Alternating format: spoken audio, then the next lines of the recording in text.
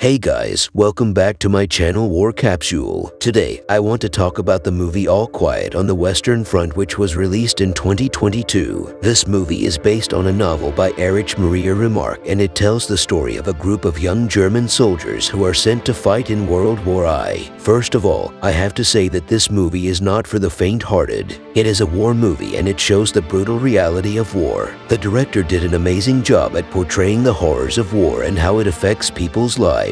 The acting in this movie is also top-notch. The actors did an incredible job at bringing their characters to life and making us feel their pain and suffering. The main character, Paul Baumer, played by Timothée Chalamet, was particularly impressive. One thing that really stood out to me about this movie was its anti-war message. It shows how war destroys lives and how it affects not only soldiers but also their families back home. Overall, it's a powerful reminder that war should always be avoided if possible, and that we should never forget the sacrifices made by those who fought for our freedom. In spring 1917, at the start of the First World War, 17-year-old Paul Baumer enlisted in the Imperial German Army alongside his school friends Albert Kropp, Franz Müller, and Ludwig Behm. They all listened to a passionate and motivating speech from a school official and were provided with uniforms that were previously worn by soldiers who had been killed in battle. After being deployed in northern France close to La Malmaison, they were welcomed by Stanislaus Kat Kaczynski, an older soldier. Their hopeful and idealistic perspective of the war was completely shattered when they experienced the harsh realities of trench warfare on the Western Front, and Ludwig tragically passed away from artillery fire on the first night. On November 7, 1918, German official Matthias Erzberger had a discussion with the German High Command in an attempt to convince them to initiate armistice negotiations with the Allied forces. At the same time, Paul and Kat stealthily took a goose from a farm to share with Albert, Franz, and another veteran,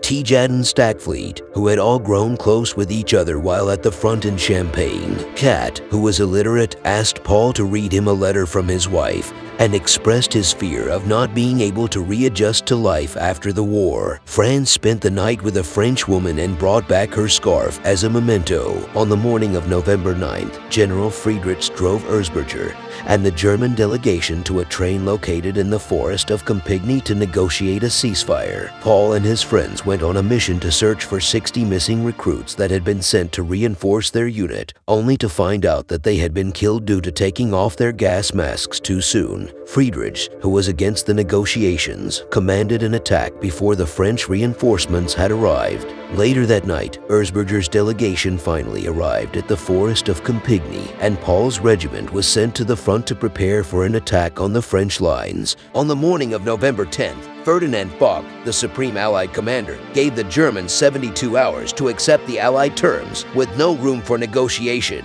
At the same time, the German attack managed to take the French front line after a hand-to-hand battle, but was then routed by a combined arms counterattack with Saint-Chamond tanks, airplanes, and flamethrowers. Franz was separated from the group and Albert was killed while trying to surrender. Paul was trapped in a crater in no man's land with a French soldier, and he stabbed him and watched him die slowly, feeling remorseful and asking for forgiveness to his dead body. Erzberger learned of Kaiser Wilhelm II's abdication and received instructions in the evening from Field Marshal Paul von Hindenburg to accept the Allied terms. Paul returned to his unit and saw them celebrating the nearing end of the war. He came across a wounded Tejaden, who gave him Franz's scarf. Paul and Kat brought him food, but Tejaden, feeling devastated at being crippled, sadly took his own life. Around 5 a.m. on November 11th, Erzberger's delegation signed the armistice that was set to take effect at 11 a.m. Upon learning of the ceasefire, Paul and Kat stole from the farm one last time, but Kat was shot by the farmer's young son and died while Paul was carrying him to the hospital. Friedrichs desired to end the war with a German victory and ordered an attack to start at 10:45. Paul, feeling despondent and battle-worn, killed many French soldiers before being speared through the chest by a bayonet mere seconds before 11 when the fighting stopped and the front fell silent. A short time later, a recently arrived German recruit whom Paul had saved in the combat found Paul's mud-caked body